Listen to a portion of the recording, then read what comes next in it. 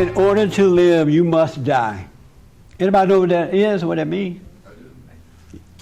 You do? Let me tell you, since you're here, John, let's say, yeah. What does that mean? How does one die? Well, there's two different ways of living. There's two different kind of like paths. One is like your thoughts and emotional path, which leads to death and all sorts of destruction and disease and physical death too. And the other one is this one that you know been talked about, which is that letting that world go. That's a different kind of world, and then there is potential of life and love and all the things that you want on the other side. But there's just two different ways of living. How does one die and be reborn? Ultimately, I don't know, but I could say it in a small way. But so, okay, give me a small way. A small way would be resisting the temptation to go into your head and to go into your emotions about things. That's how a person dies? Yes. In order to live? I believe so, yeah, because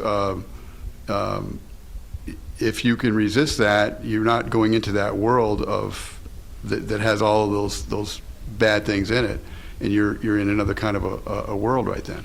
You're not getting sucked down into this other world, and you're able to you live in a different world.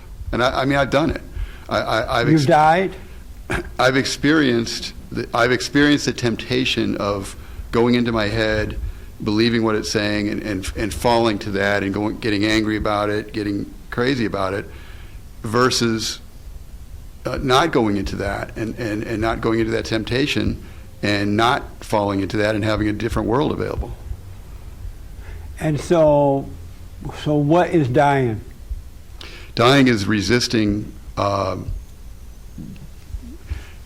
Living would be resisting. Dying would be going into that world that you're used to living in, that world of your thoughts that tell you everything that's going on, that only leads to death. Thoughts that get you angry, thoughts that just cause all sorts of destruction.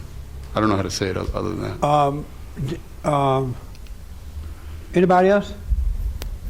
Let me ask the guy in the blue shirt right there. You heard that before? Yes. And what does it say to you when you hear it? What does it mean, and how do you do that? Do you know, first of all? Say it again. What does it mean, in order to be reborn, you must die? In order to live, you must die. Well, I think for me what that means is you have to die to your ego life. And unless you're willing to do that, you cannot be reborn again. And how does one die to an ego life? You have to be still and be willing to see the ego life that's in you and let it go. Have you ever done that? Have you died?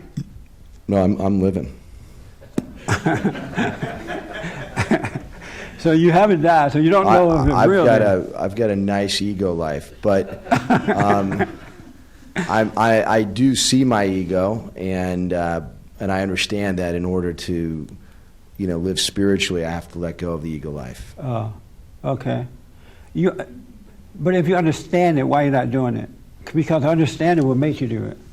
I'm doing it, but I'm not reborn, so I'm not going to say that I'm reborn right now. Oh, okay. Let me ask Hermes. Hermes, you heard this before, right? Yes.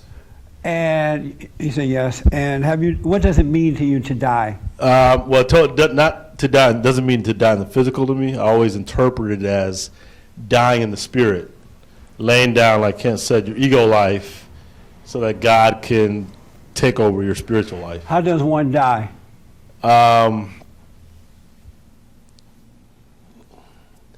The little bit of understanding that I have of it right now is that you have to humble yourself. I think that's the key word, is you have to have a certain amount of humility to be able to get yourself to sit still and be quiet. And that's kind of what I'm realizing, is that I'm not humble enough or haven't been humble enough to do that. And it takes a lot of humility to kind of sit in that quietness. And that's what you need. Why is it that you won't humble yourself to do that? If you know that this is the way, right? Why don't you take that way? That's a good question. I don't know. I don't know why I haven't done it yet. And it seems like it's more Well, I don't have the humility to do it. And why not? If you believe that to be true, Mhm. and you believe it because someone said it, Right? if you believe it to be true, why don't you do it? That's a good question. I don't know why. I just know that I don't have the humility to do it, or haven't had it thus far. And you haven't even asked yourself, why don't I do something that I believe to be true? I think I'm getting there, but I haven't. No. Why do you think you're getting there if you're not doing it? Uh-huh. It's so nice to say that, huh? I'm getting there. But not even doing it, but I'm getting there. Why'd you I'm starting to do it. give me another lie. No, I'm kidding. But I don't understand the stubbornness. If you believe what either. you said to be true, and you're saying it because somebody else said No, it. yeah, I've heard it and I've read it. But why don't you do it, though? And why I mean, haven't you I examined think- yourself to see I think why you won't do It's it? different to read it. I've read it in the Bible. Yeah. I've heard people say it. It clearly says that. I can't tell you where, but I know Right, it's in that it there. says it in the Bible. Right. And I've heard other preachers say it. Yeah. But when it comes down to actually humbling yourself and sitting still, I'm not humble enough to commit to that. Right. Even though you believe it, you're just not ready for it. You like Apparently, what he said. He said he has a good ego life. apparently, yeah. You have a good ego life? It's okay ego life. It ain't all that. Ain't nothing to write home about. For more information or to purchase a copy of this show, visit us on the web at www.bondinfo.org or call 1-800-411-BOND.